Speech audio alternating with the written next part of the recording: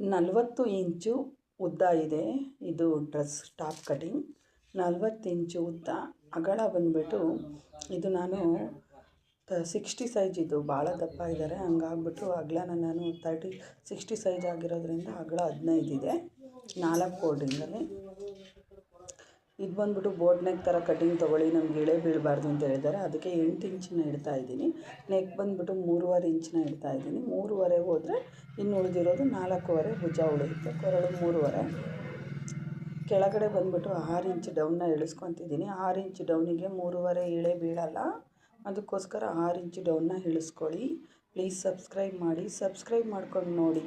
ಏನೇ ಪ್ರಾಬ್ಲಮ್ ಇದ್ದರೂ ಸಾಲ್ವ್ ಮಾಡ್ತೀವಿ, ಕಮೆಂಟ್ ಮಾಡಿ. 6 ಇಂಚ್ಗೆ ಒಂದು ಮಾರ್ಕ್ ಹಾಕ್ಕೊಳ್ಳಿ. 6 ಇಂಚ್. ನೆಕ್ಸ್ಟ್ ಶೋಲ್ಡರ್ ಬಂದುಬಿಟ್ಟು ಭುಜದ ಕಂಕಳ ಹಾರ್ಮೋಲ್ನ ಡೌನಿಂಗ್ನ ನಾನು 7.5 ಇಳಿಸ್ಕೊತಾ ಇದ್ದೀನಿ. ಅವ್ರದ್ದು 18 ಇದೆ, 18 ಅಂದರೆ 9ಕ್ಕೆ ಫಿನಿಶ್ ಆಗಬೇಕು ಡಬಲ್ ಫೋಲ್ಡಿಂಗಲ್ಲಿ.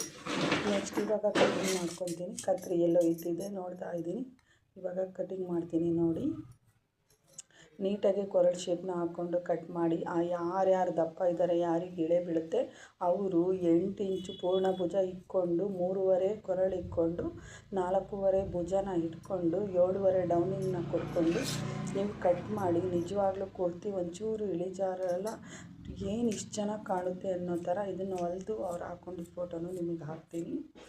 ತುಂಬಾ ನೀಟಾಗಿ ಫಿನಿಶಿಂಗ್ ಬರುತ್ತೆ. ನನ್ನ ಮಗಳಿಗೆ ಈ ಥರ ಟ್ರೈ ಮಾಡಿ ನೋಡಿದ್ದೀನಿ, ಈಗ ಕಸ್ಟಮರ್ಗೂ ಇದೇ ಥರ ಟ್ರೈ ಮಾಡ್ತಾಯಿದ್ದೀನಿ. ನೆಕ್ಸ್ಟ್ ಕಟಿಂಗ್ ಆಯ್ತು ನೋಡಿ, ನಾರ್ಮಲ್ ಕಟಿಂಗ್ ಆಯಿತು, ರೌಂಡ್ ಕಟಿಂಗ್ ಆಯಿತು.